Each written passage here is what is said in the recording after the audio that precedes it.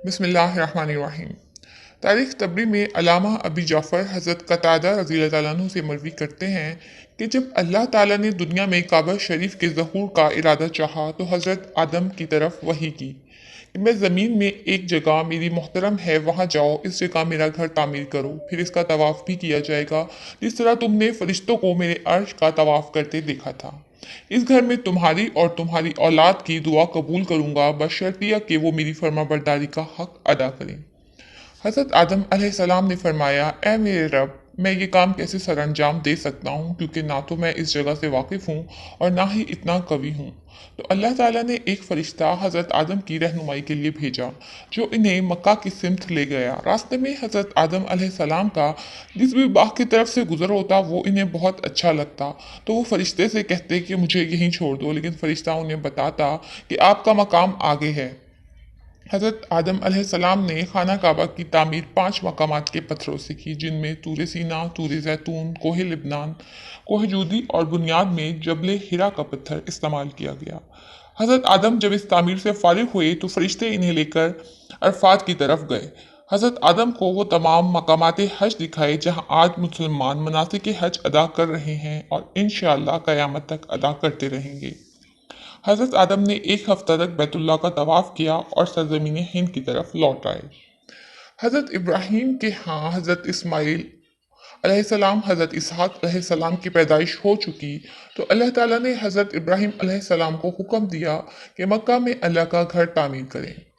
हज़रत इब्राहीम अलैहिस्सलाम शाम में रहते थे। वो शाम से चल पड़े और सफ़र करके हज़रत इस्माइल अलैहिस्सलाम के पास मक्का आए और हज़रत इस्माइल अलैहिस्सलाम को अल्लाह के हुक्म के बारे में बताया।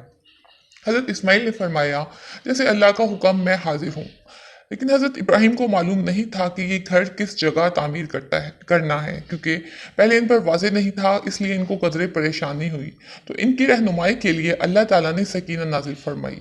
सकीना एक ऐसी हवा जिसके दो सर हैं जो एक दूसरे के पीछे चलते हैं।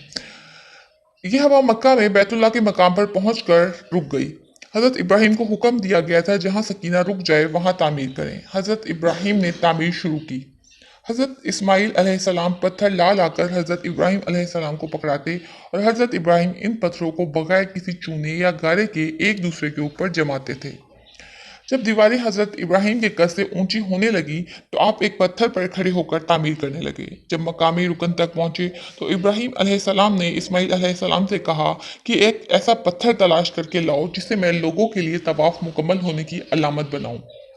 हज़रत इस्माइल पत्थर ढूंढने चले गए। जब वो पत्थर लेकर वापस आए तो देखते हैं कि हज़रत इब्राहीम अलैहिस्सलाम के पास जन्नत का पत्थर हिज्र अस्वद मौजूद था जो दूध से ज़्यादा सफ़ेद और चमकदार था, जिसे हज़रत जिब्राईल अलैहिस्सलाम कोहे कबीर से खाना काबा में लगाने के लिए लाए थे।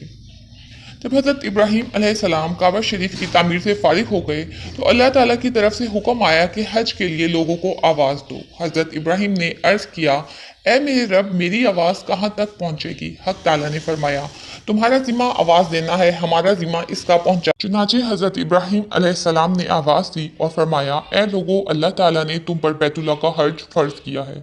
रावी कहते हैं कि ज़मीन आसमान की तमाम मखलूक़ात ने की आवाज़ सुनी और हर मखलूक ने इसका जवाब दिया। इब्ने अब्बास से मरवी एक और रिवायत में है कि हज़रत इब्राहीम की आवाज़ पर इन लोगों ने भी जवाब दिया जो अपने आबा की पुश्त में और अपनी माओं के रह में थे, और जिस शख्स ने आगे चलकर हज करना था इसने भी कहा लब्बैक अल्लाहुम्मा लब्बैक। फिर आप 8 ज़िलहज को हज़रत इस्माइल अलैहिस्सलाम के साथ मिना आए और आपके साथ और भी मुसलमान थे। रात वहाँ गुजार कर इबादत की। अगले दिन आप अरफा गए और वहीं ठहरे रहे यहाँ तक कि सूरज ढलने लगा तो आपने ज़ोहर और असर की नमाज इकट्ठी पढ़ी। फिर आप अरफा में मौकूफ़ की जगह आ गए और वहाँ एक दरख्त के पास ठहरे। इसके बाद आपने हज़रत जिब्राईल अलैहिस्सलाम के बताए हुए तरीके के मुताबिक बकिया तमाम मनासिक हज अदा किए। हज़रत इब्राहीम अलैहिस्सलाम और उनके मुसलमान साथी इंसानों का वो पहला गिरोह थे जिन्होंने बाकायदा हज का फरीज़ा सर अंजाम दिया था। फ़ी अमानिल्लाह।